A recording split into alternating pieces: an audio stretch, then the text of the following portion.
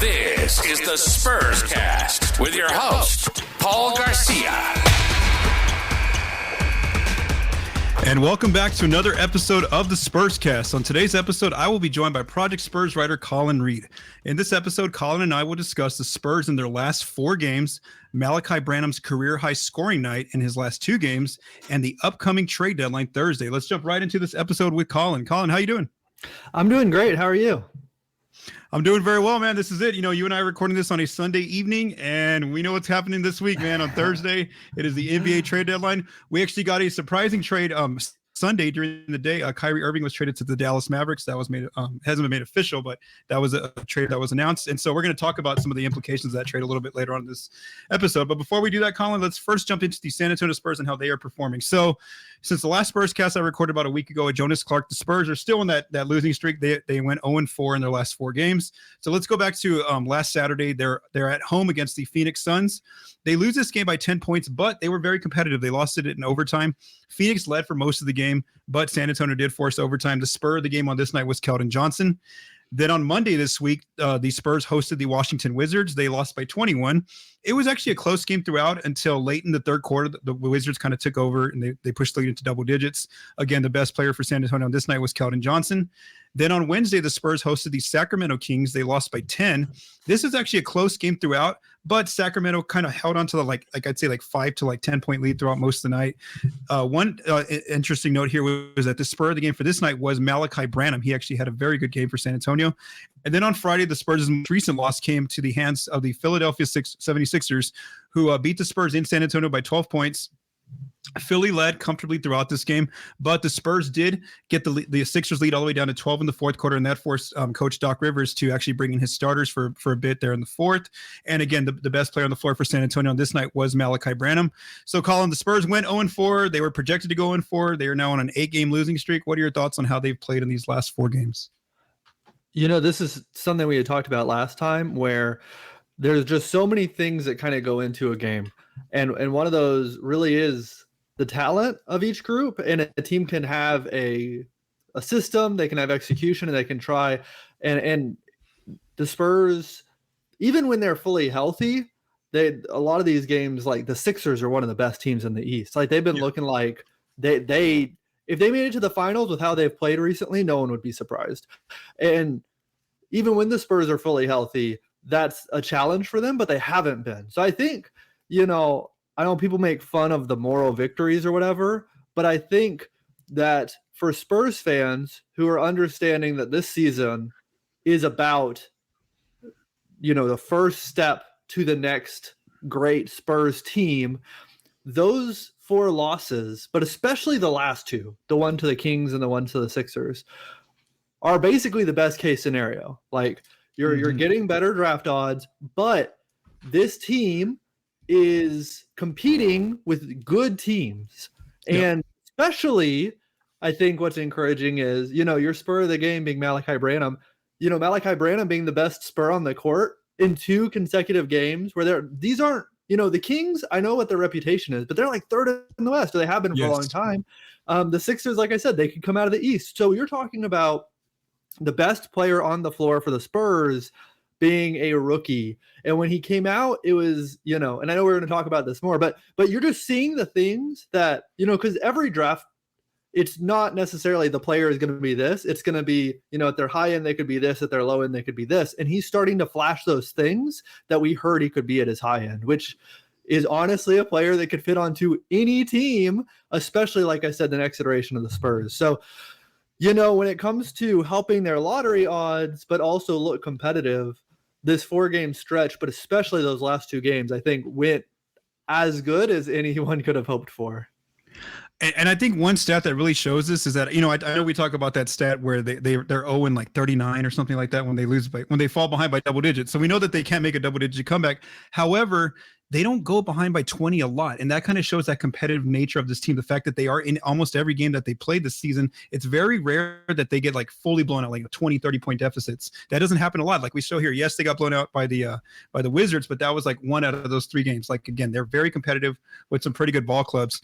All right. So now, Collin, let's talk about how they are through 53 games overall. So they're still 28th on offense, still 30th on defense, still 30th in net rating. They are 14-39 overall, 14th out west. They are on that 8-game losing streak now for the second time this season. They do begin the rodeo road trip on Monday at Chicago. And one thing this losing streak has done for them is it has improved their lottery odds. They are now the third worst team in the league. And so that means they have the 14% chance at the number 1 overall pick. And if they were to land there, with the third worst record by the end of the year, going into the lottery, they would be guaranteed either the 1st through 7th pick. They wouldn't fall no worse than 7th in the lottery. And if they end up with 3rd, right now they're projected that the player they would likely draft would be Amen Thompson. I did the Tankathon draft simulation before this episode. It took me 7 tries, 7 clicks before I finally got the Spurs with the number 1 pick. But hey, that's better because I think a week ago it was like 19 tries before I got the number 1 pick. So the fact that they went from 4th to 3rd has increased that probability a little bit better. What are your thoughts just on the season as a whole and where they stand kind of in the lottery picture? Well, it's kind of funny that it took you 7 tries because 14% is exactly like 1 in 7. So that's like right on the money there. I think one thing, and I've been saying this a lot, and I know that the people who really pay attention know this, but I do think it's important that we continue to say this just because I think, you see all these Spurs fans say, oh my gosh, if we get the worst odds, the next year we'll have Wemby and everything's going to be great. Mm-hmm. They are in they have the 3rd worst record right now. They cannot, by getting a worse record, increase their chance to get the number 1 pick. 14% is the highest it goes. Like the 1st, 2nd, and 3rd all have the same. So even if the Spurs held this 3rd spot, they're going to have the same exact chance to get the 1st overall pick here than they would with the 1st overall pick. What really changes is that downside risk that you were talking about. If you have the worst record, the furthest back you could go is 5th. So that's really what they're talking about at this point. Now that they've gotten into that bottom 3, like the upside for this is as high as it's going to get. But to improve those lottery odds, if they continue to climb, which they have this 9-game road trip coming up, then the worst they could get is 5. And I think with this draft, obviously if the Spurs walked away with the 5th pick in the draft, a lot of fans would be disappointed. But I do think that with this draft, you're walking away with a player who's going to be an impact starter. So I think that's just kind of the framework to put this in. Is right now the Spurs aren't competing for a higher draft pick on the top side, but more of like, what's their downside risk here? If 4 teams jump ahead of them, which is incredibly unlikely, but if 4 teams jump ahead of them, they could fall to 7th. But I think, like I said, I know that, and I know a lot of the like hardcore fans know that, but it's something that, you still see this feeling of, if they get the worst record, it's almost like the league just gifts them the best player in the draft or something, which is not how that works. So, and I think out of all of this, the defense, you talked about through 53 games, the defense is the most interesting part to me. And I know that there have been a lot of injuries, but when we looked at the Spurs roster before the season, I think how I saw it was, they're going to be like decent on defense, but they just have like 0 offensive creation, and that's going to like really kill them. And so it's just surprising. I mean, their offense is 28, so it's not like they're setting the league on fire, but it's surprising to see the offense higher because you looked up and down their roster and you would think they have a team that's more slanted to defense than offense. So I think the 30th is a little bit surprising there. And I think that has to do a little bit with injuries and just kind of with all the up in the air. But through 53 games, I would say, it's not a surprise that they have the 3rd worst record, but that defense, I think, is what's the surprise to me. Yeah, and I would just add too, like the chances of them getting the 7th overall pick would just be it's like a 7% chance. It's not really that that big deal. They basically now being in the top 3, they have a 52% chance of getting a top 4 pick. So that's kind of what you're looking at with them being there in 3rd. All right, Collin. So this is a player that we talked about just a while ago here, and I want to kind of dive in a little bit better, a little bit more to him. That's Malaki Branham. I want to say small sample size alert. It's obviously just 2 games. We never usually do that, here on the Spurscast, look at a 2-game sample size, but he's had some really good games in these last 2 games against Sacramento and Philly. So let's look at his career high scoring nights that he had against these 2 teams. So against the Kings, Malaki goes for 22 points on 13 shot attempts, 5 assists, 0 turnovers in 32 minutes. And we did see that Tre Jones got hurt early in this game, and so he was relied upon as one of those players who had to run the point for the team. Bring the ball up, be one of the players in the half court initiating pick and roll offense. So then the next 2 nights later, when they played the Sixers, the Spurs know that Tre Jones is out for the game, so now they actually start Malaki there at the point, and so he ends up with 26 points, a new career high after the 22 previously, on 16 shot attempts. And I did want to note 14 of those 26 points came in the paint. So he's getting in there with that little floater range shot that he has there in the paint. He also got a layup against the Sixers. He also has 3 assists, 2 turnovers in 35 minutes. Again, one thing we saw was that he's running the one with Jones out. He's getting this is like really good for his development. He's just getting rep after rep after rep of pick and roll offense. I mean, just getting to do that a lot against good defenses too, like the Sixers and then he's also showed, of course, throughout the season, his 3-level scoring ability. And so when you look at his stats overall, his shooting stats, he's actually pretty efficient so far, almost everywhere from the floor, except the above the break 3. And even like his wide open threes, they were very slow to come along, but they're almost at 1 point per shot pretty soon here. But I mean, he's definitely showing that 3-level scoring ability. One thing that's really impressed me is how kind of patient and calm he looks when he gets off a pick and he has like that defender on his back, and he's kind of like he uses a little hesitation dribble a little bit pretty well for a rookie. And so I've just been really impressed with what that he's done these last 2 games. What have been your observations of him in these last 2 games? Yeah, I think it's just I'm kind of so focused as the rebuilding season has started, and there's going to be a couple more of that. I've started doing a lot of thinking of like, what are like the building blocks for like a championship team? Like, what are the things that the Spurs should be targeting as they're going through this rebuild? And when you talk about an offensive player who I don't think he projects to be the primary pick and roll handler on a championship team, but let's say you have that guy, but you can give Branham some of the reps there. You can let him run some of the possessions, or he can play off ball and he can score efficiently from all 3 levels. That is a player that contributes at a high level. Like that's the type of player that teams need. I mean, this is not at all comparing him to Kyrie Irving, but let's say he continues his trajectory to that type of player. The player who can be the second or third ball handler and run the pick and roll at the second or third usage and score efficiently from all over the floor. The reason why the Dallas Mavericks just made this trade for Kyrie Irving was because they needed a player just like that. They needed a player who could like soak up some of the possessions for Luka Doncic, but could also score efficiently off the ball. And so like that just goes to show that that's a very high value player in today's NBA. So if he continues developing this way, if he continues developing as someone who can score at all 3 levels and can use some of those possessions and create that on his own, like that's a hit in the draft at the 20th pick. Like that. I think everyone who's watching kind of this rebuild is waiting for like, well, when is that home run pick going to happen? But you still need those firsts or seconds, Yeah. You need to get on base with some of them. And that this would be a hit for sure. So I think that's a really exciting prospect here, because I think for me personally, it's still so early, but I think if in 4 or 5 years, the Spurs are like a playoff contender again, maybe not a championship contender, but they're like one of those playoff teams again, I think we'll look back at the 2022 draft and say like, they really nailed that draft. Like it's right now, again, there's still a lot of time between now and then, but just especially after a couple of drafts where like it was good, but not great. And then sometimes where they really didn't get any value out of the draft, that 2022 draft is really looking like a very successful draft night for them so far, which is like the most you can hope for with a team that had 3 picks.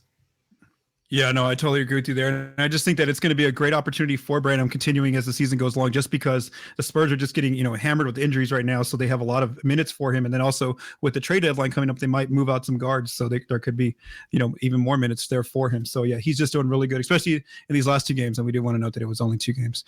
All right. So now our final topic. Oh, actually, no, before that, there's actually a trade rumor this week. I forgot to explore that. So real quick, before we go into the trade deadline, hypotheticals, the Spurs were rumored, Collin, in a trade rumor for Charlotte Hornets forward Jalen McDaniels. This was reported back on Monday by Shams Charania of The Athletic. And so the big takeaways are that the Suns, the Raptors, the Jazz, the Pacers, and the Spurs are closely monitoring McDaniels. teams with cap space this coming summer, such as the Spurs and Pacers and Jazz, they may just wait until free agency to go out and try to pursue McDaniels. McDaniels is earning $1.9 million this season, and then next year he's an unrestricted free agent. The Spurs do, according to Profit X's team fit model, the Spurs are actually one of the teams that pop up very well, where he would actually play very well according to their projections. They have a recommendation for a trade package that would look like maybe like McDaniels for Isaiah Roby, and then the Spurs would probably, since they want McDaniels, they're probably sending Charlotte a second-round pick in this case. And then where does McDaniels' contract project this coming offseason? He's kind of expected to get a deal right below the mid-level exception, so around $8.9 million, according to Profit X. What are your thoughts, Collin, on this rumor about Jalen McDaniels and the Spurs having interest in him? I think just kind of considering the teams that do have interest in him, and considering that he is an unrestricted free agent this summer, I do think that I think if the right deal becomes available, if they're talking to the Hornets and there is a deal where they feel like they're not giving up too many assets, then that would be one thing. But the Spurs are going to have an insane amount of cap space this summer.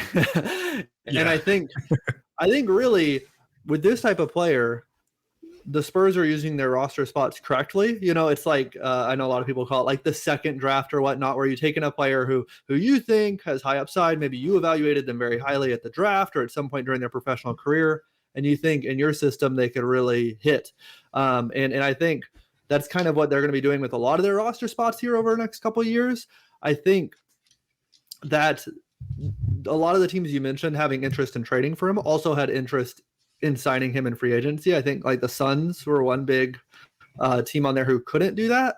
And I think the Suns might make that deal at the deadline, but I also think the Suns have quite a bit of other things going on. They have a couple other moves that they're going to be needing to be making. So I think that unless they just feel like they're getting a very good deal on the asset side, if I were in the front office, I feel like I would wait and just see if we can sign him in free agency.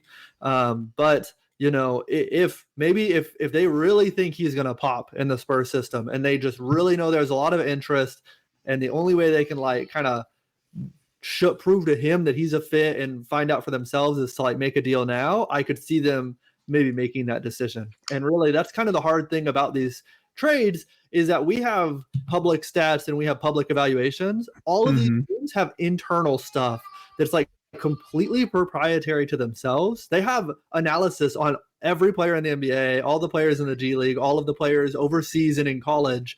And so how the Spurs evaluate him could be completely different than what even we're seeing, even with these more advanced models. So it's hard to know exactly what their interest level is here, but if they are seeing something that's making them feel like they need to bring him into their system now, that's where I feel like maybe they would be more aggressive in making the deal.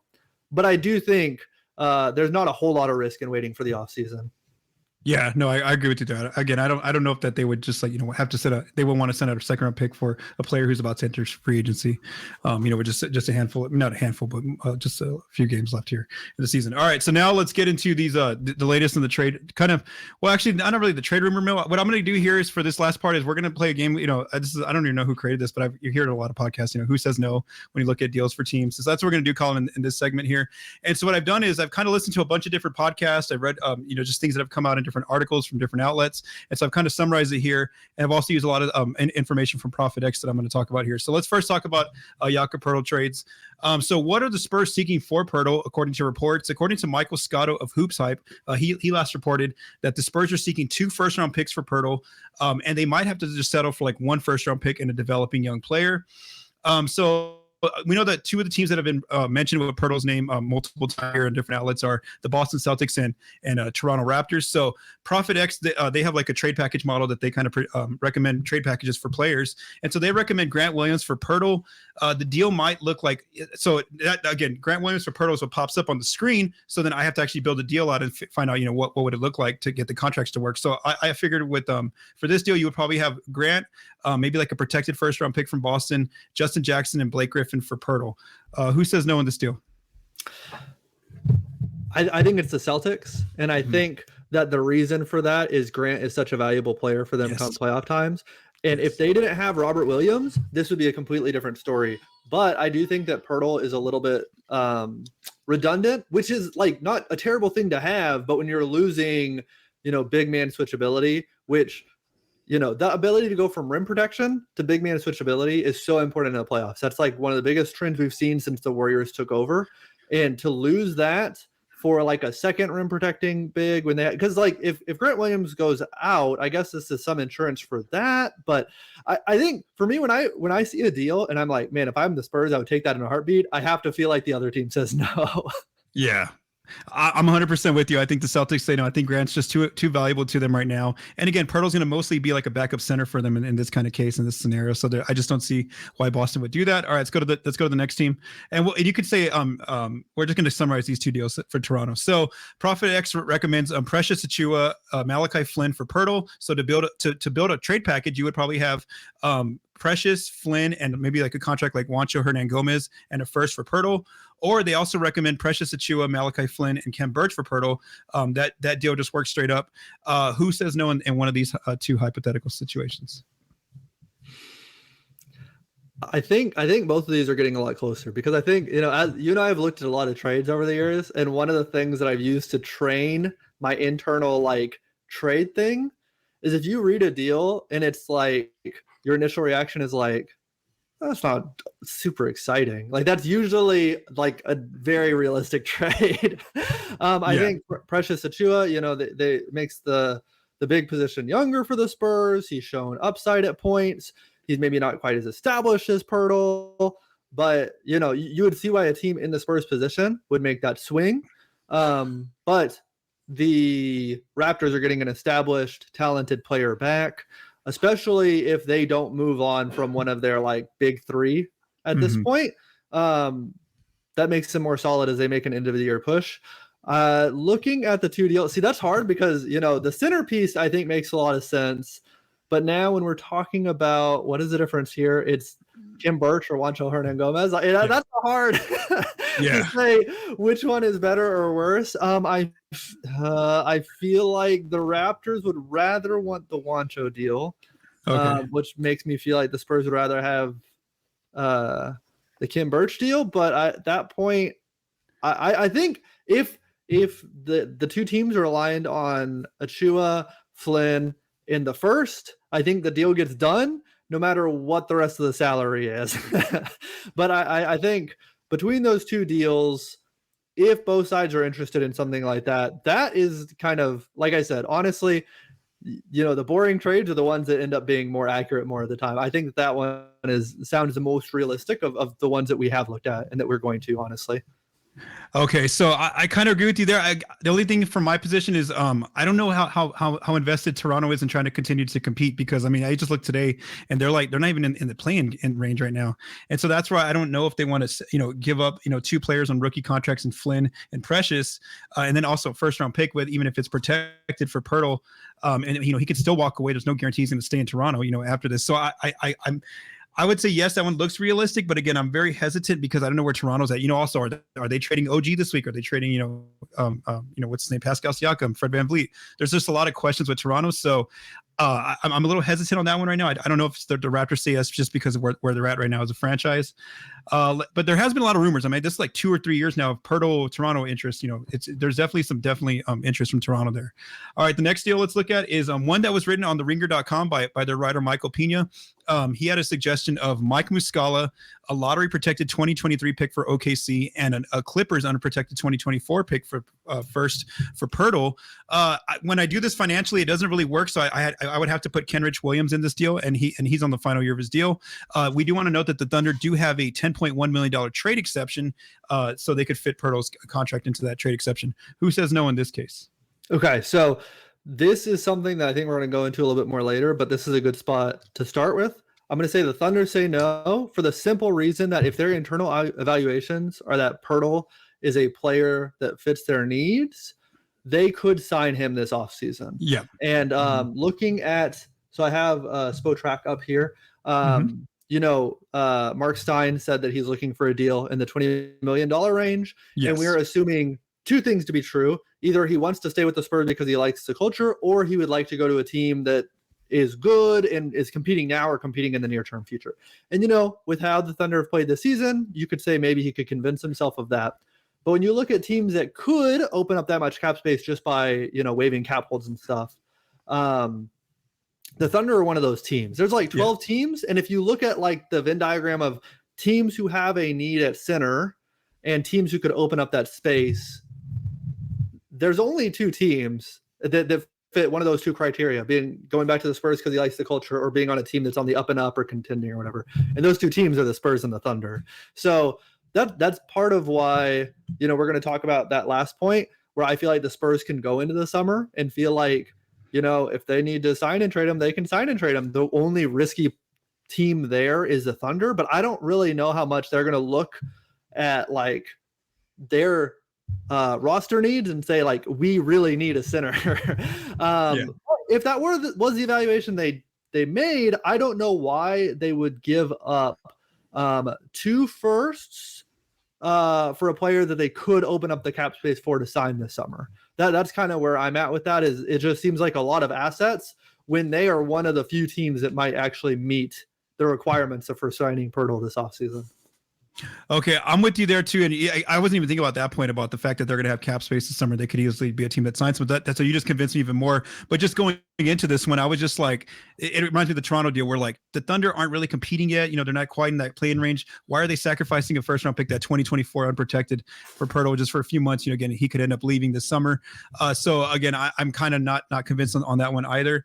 All right, so this one was it was from one of the Ringer podcasts. I believe it was Bill Simmons' podcast, and I don't remember who said it, but they were just like, it was like a panel of people on the podcast, and they had some different trade ideas. So I don't know exactly which podcast it was. I think it was Bill Simmons' podcast, but they floated this idea of Ben Simmons for Jakob Poeltl and Josh Richardson. And so to get a deal done, we do want to note that Brooklyn has its own first in 2029, and also they just got a 2029 first from Dallas for Kyrie. So maybe that's where you get those 2 firsts for Poeltl. Ben does have multiple years on his contract. So again, the Spurs are taking on his salary, and then Poeltl and Richardson would be with Brooklyn for 1 year, and then they can end up being unrestricted free agents in the offseason. Who says no on this Ben Simmons for Poeltl and Richardson deal? So this one is interesting because I think we get to the point where Brooklyn says no, but you have to kind of like go through. It's like when chess players have to think several moves ahead. Yeah. Because at first, this sounds great for the Nets, which is why I think the Spurs would want more assets. And then they're going to get to the point where the Nets are like, well, these 2 players could walk in free agency, and we're talking about Jakob Poeltl and Josh Richardson. We're not going to throw in that many assets. So I think the deal would break down at that point because, I think Seth Partnow on Twitter said, they're one more big, the Nets after this trade, or one more big away from like being playoff scary. And you look at this team, I feel like they don't have quite the same like second and third player that the 2019 Raptors did, but I could see if the Nets wanted to do that this trade deadline where they have like Kevin Durant and then just like a super solid roster around him. And like we've seen how Toronto had something similar to that and how successful that was. So I think there could be something really interesting there. I do think they lose some of their defensive identity sending out Ben Simmons there. I actually think Josh Richardson and Poeltl could help Brooklyn. Yeah. I just think that the Spurs losing that optionality of cap space, which is such a big deal for them, like they would probably start asking for more assets, like I said. And I think at that point, the Nets would be like, why are we giving you more than just a first for this? And that's when the talks fall apart. So I think Brooklyn ultimately says no after the Spurs like say, well, this construction might work, but we're going to need more. I think that's where we get to with this deal. It's kind of convoluted, but in my head, I'm like working through like, I think Brooklyn ends up saying no. So right now, I think Brooklyn says no just because they don't know what's going to happen with Kevin Durant. I mean, we haven't seen anything on the record yet about where his mindset is. Is he going to ask for a trade in this coming week? With Kyrie now officially gone, we haven't quite got that. And I really do think this makes them competitive. They have a chance of getting out of Simmons' contract. But like you said, for the Spurs' perspective, I don't know if that they want, even though, yes, they have a ton of cap space right now, I don't know if they want those like 36, 37 million on their books for the next like 3 to 4 years, whatever his deal is. So And and then again, I just, it comes back to the Poeltl situation with this contract, the fact that he's not on multiple year contract right now. I just can't see teams giving up one or two first round picks for him. I mean, unprotected kind of first round picks for him right now at this point, just because of that. It's just a big gamble for an organization. So I would say no on that one. This is also one that I heard on the Ringer podcast. I don't know what the actual deal was, but I just heard like Poeltl for Ayton. So in order to build a deal with the Suns, I put Poeltl and Josh Richardson or Doug McDermott for Ayton. This works financially. And we do know Phoenix has all their first. I'm not very comfortable with this trade for both either San Antonio or Phoenix. What are your thoughts on this one? Yeah, I think part of me just goes like, okay, well, what are the Spurs? Yeah, like well, exactly. Yeah, what are the Spurs doing? And then what are the Suns do? I think both sides say no. That's an amazing. Yeah, that's me too. Yeah, because early in the summer, before DeJounte Murray got traded, I know that Ayton was linked to the Spurs, and I think my big thing was, Poeltl maybe isn't quite as good as Ayton, but he's like closer than I think people realize. So why are the Suns trading a slightly less good but kind of close to Ayton level player, and also maybe sending assets? And then the Spurs, like I said, the Spurs' big asset right now is going to be their cap space, where they're really going to get most of their draft assets through using their cap space to facilitate deals. And to tie it all up in Ayton, you're really making a big bet that you think he's going to be part of the future of this team in a big way. So I feel like it just doesn't make sense for either team. So I think both say no. Yeah, I agree with you there. I'm not convinced for that trade either. And then there was also some mention on one of the Ringer podcasts about Poeltl to Portland. And so to get a deal done, just one that I built would be Poeltl for Nurkic, which Nurkic has multiple years on his contract. Portland gives up a first and maybe even I think the San Antonio wants another first in this scenario, just because they're taking on Nurkic's contract. I don't think either team says yes to this. What you agree with me there?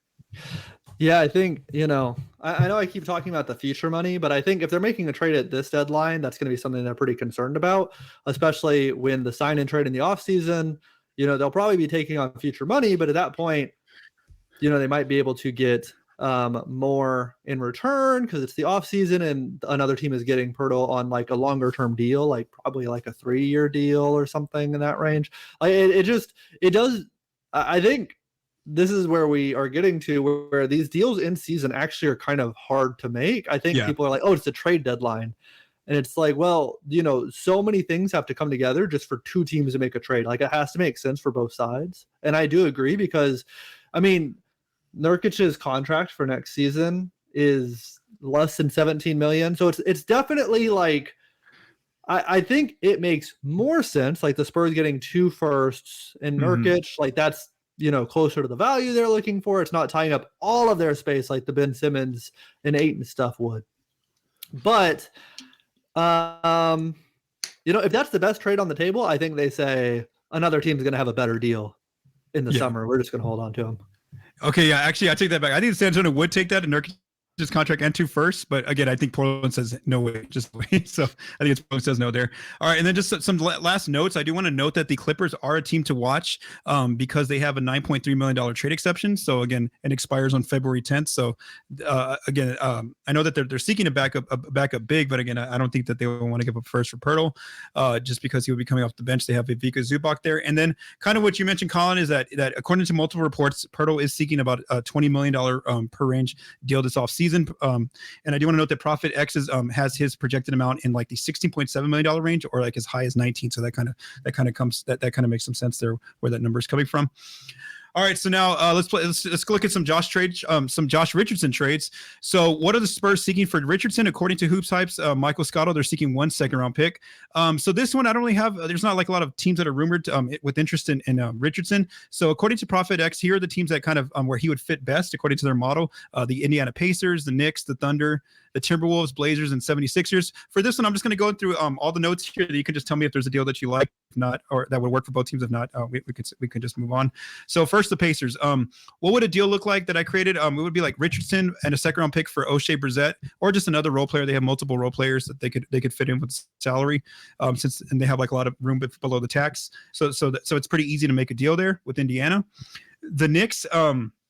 there's not really a good package that I could put together for a second round pick to land Richardson, unless San Antonio is asking for a first to take on the contracts of either Derrick Rose or Evan Fournier. OKC, it's tough to build a deal with them right now. The Timberwolves, a package that could work would be like Taurean Prince, Bryn Forbes, and a second round pick for Josh Richardson. And then as far as Philly and Portland, it's tough to find deals. And then there is no team with a large enough trade exception to take in Josh Richardson's contract. Is there any deals that you would like for both teams or no? So one does stick out there. I do have to say real quick because I cannot read. So this is taking it back a bit. Nurkic actually has 3 guaranteed seasons after this one. So yes. I said 1. That's just wrong. But the deal I'm looking at is that Wolves deal. Bring Forbes home. Yes. He always needs to be on the Spurs between stops. And I think, he's going to find another forever home after the Spurs again, and then he will be sent back to the Spurs. I mean, if the Spurs, I think, with the reporting of what they're looking for Josh Richardson, and what they're looking for with Doug McDermott, I think, again, we talked about internal evaluation. I kind of feel like those internal evaluations are backwards. But, I mean, if what they're looking for is 1 second-round pick, then I think that deal makes sense. I think, what you're really looking for from a second is, I can't remember where I heard it from. I think it was the Dunk On guys, but they were referencing someone else's research. I think it's like the 45 or 43 pick. Anything before that has a lot of value, and anything after that, like a player after the 43 or the 45 pick, is basically just random on whether it's going to work. So, the Wolves have kind of been clicking a little bit lately, and I think that's about what kind of second you're looking for, is like in the low 40s range, or obviously lower if possible. But, I think it is funny because Forbes is coming back. But I think that deal makes legitimate sense. I mean, if the Spurs are willing to accept 1 second, I think that deal makes sense for both sides. I just think that's an interesting evaluation. When their asking price for Doug McDermott is a little bit higher, which there's nothing against either player. That's just for what I like to value in like a player who's helping with the roster. Yeah, that's interesting. I think if what they're looking for is at least 1 second-round pick, I think that Wolves deal actually sounds pretty good to me. Okay. So this one, I don't know if the deal is actually on this page, but I think they are going to, if they get offered a second-round pick or even 2 second-round picks for Richardson this week, I think they're going to say yes to whichever team that is. Again, I don't know if it's one of these teams on this page or one of these specific deals, but I think that just because he is an unrestricted free agent, and they're probably going to lose him this offseason. And so I think that if they could just get any kind of draft asset for him, I think they're going to say yes this week in a deal. And then if they don't, I also wonder, do they end up doing a contract buyout with him, just kind of doing him a solid, saying, hey, you're a veteran, you've done a great job, guiding these young guys. We're going to buy out the rest of your $12 million deal this season and go find a contender to go try to win a championship with. So again, I just feel like if there's a deal there for even just 1 second round pick, I think they're going to say yes this coming week. It may not be one of these specific deals, but I don't know if it was you and I that had this conversation, but I think Richardson is the most likely player to move this coming week. Do you still agree with that? I would think so, especially if they really feel like he's going to leave. And we talked about it earlier. Trey Jones is hurt. The Spurs need a starting point guard. They can get that in Forbes. Branham, definitely it's hard for him to be. He's just a first year player. So bring in Forbes, put him in front of Branham. Everything's going to be all right. Spurs fans, he'll take us home. Oh man, so that'd be fun to watch. All right, and so the last player is Doug McDermott, and again, we're gonna do the same thing like what we did Richardson. I'll put everything in, together, and you can tell me which ones you agree with or not. Who says no on Doug McDermott? So what are the Spurs seeking? According to Michael Scotto, they are seeking 1 to 2 for second round picks. Now we do want to note that McDermott has 2 years on his deal, so he's not on a 1-year deal like Richardson or Poeltl. So according to Prophet X, their best team fits are the Chicago Bulls, the New Orleans Pelicans, the Los Angeles Lakers, the Warriors, and the Nuggets. So a recommended trade package with the Bulls would be Javonte Green for Doug McDermott. To build a deal like this would take like Green, Kobe White, and Tony Bradley, and a second round pick for McDermott. The Pelicans, the deal that's recommended by Prophet X would be Garrett Temple, Kira Lewis Jr., and Willie Hernangomez for McDermott. We do want to note that New Orleans also has second round picks. It would be very tough to find a trade with the Lakers unless they're putting Westbrook in this deal, and of course those first round picks. So I don't think that's happening with the Lakers. The Warriors, the Prophet X recommends James Wiseman and Ty Jerome for McDermott. But again, in this case, I think the Spurs are giving up draft assets if the Warriors are trying to send out Wiseman. I think they're going to hold on to him. They want a bigger package for him than just Doug McDermott. And then it's tough to find a deal with Denver. And just like Josh Richardson, there's no team that has a large enough trade exception for McDermott's contract. Are there any deals that you think two teams would say yes to on this page, Collin? Yeah, I think what makes it tough is the Pelicans and the Bulls deals, I think, do sound good to the Spurs, as a construction, in several reasons for several of them. I like Kobe White. I know that he might be a rotation player. I think it's worth taking those gambles on that kind of player. I think what's hard though is in both of those deals, the Spurs are sending out one player and bringing in three. And I think they are already using their roster spots to evaluate players, and to have to all of a sudden waive, two players because now they have this roster surplus. They would do that if they felt like it was a good deal. It's kind of hard because, like I said, they're already trying to use their roster spots on evaluating players, and especially if they make a Poeltl deal while they bring in surplus players. It's a lot for a team to kind of have to figure out where they're evaluating players on the fly. I do think that Warriors deal, I look at it with some intrigue in terms of the Spurs bringing back the ultimate second draft guy ever of all time would be James Wiseman. But I just like sending out assets right now. If they want to take that protected first from Charlotte this year, then that might be something that I would look into doing. But that's not going to convey. I like I said, when I think of the second draft guys, bring them into a new situation and see how they succeed. James Wiseman might be the ultimate example of a guy that intrigues in that. But yeah, giving up assets right now is just hard for the Spurs if it's not one of those three players we've been talking about. Yeah, and so this one too, I'm not really thrilled with any of these deals, and I feel like I've said before in this podcast, I just don't think they're in a rush to trade McDermott. He signed up for a multi-year deal, and I think they're just going to let him get out unless they get a really good deal for him. And so I think that again, they're not going to be in any urgency to move him this week. And again, if they don't move him, it's fine. They have him on the team for next year, and then I think next year becomes that year where they really look more aggressively at shopping him. And if they don't move him, maybe buying him out so he can go join a contender kind of thing. So again, Doug signed up for a multi-year contract, and I think that they intend to keep him on that multi-year contract to kind of be that shooter off the bench, that veteran presence in the locker room. And again, unless there's a deal that totally blows them away, I think McDermott ends up staying on this team in this coming week. I don't see him getting moved. All right. So let's see. So yeah, that was it. Did you have any last thoughts, Collin, going into this trade deadline? Any last things you want to tell the audience? Yeah, I think that was just looking at the teams with projected cap space, I think was really eye-opening for me in terms of why I feel like the Spurs are going to keep Jakob Poeltl. And I know I said the two teams were the Thunder and the Spurs. I'm not going to go through the list here, but I know Poeltl has been pretty clear. He likes the Spurs culture. He likes staying there. It wouldn't be the end of the world if he were to stay there for longer. But also, he does want a chance to compete, especially as he's entering kind of the middle stages of his prime here. So I think it's just a very interesting situation. I think people love transactions so much. And I think people are like, what are those Spurs going to get for Poeltl? And it's hard to tell people, well, you're going to have to wait 5 months, honestly. That's not something people love to hear, but I honestly think that might be the most realistic thing at this point. Just one funny thing that happened was, so in not last year, but the 2 years before that, I took off from work for the trade deadline because I'm I'm not going to get any work done. I want to focus on it. And the Spurs did nothing. Nothing happened. Those trade deadlines were boring. And then last year was I was I'm done. I'm going to work. I don't care. And that's when they actually, the Derek White trade, which is pretty big, it was okay.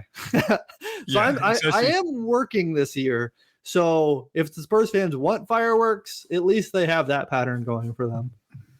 Yeah, no, I totally understand there. And so Spurscast, this is the way I did want to update you on the schedule of how it's going to work this week with the trade deadline week. So if there's a a breaking trade not what they had last time, who was it, Noah Vonleh got traded recently, remember, that level of trade, but if it's Poeltl, Richardson type, And I will record a Spurscast before the deadline just to kind of go over it before that happens. But if it's if there's trades that happen on the deadline, obviously I'm gonna basically recap the trade deadline on Thursday evening, just to kind of go through all the trades that the Spurs participated in, or if they didn't participate in any trades, well then I'll go through what does this mean for the future regarding the players that remain on the team. So thank you to Collin for joining me here on this episode of the Spurscast. I also want to say thank you to Joe Garcia for mixing and producing this episode. From all of us at Project Spurs, stay safe and have a great day.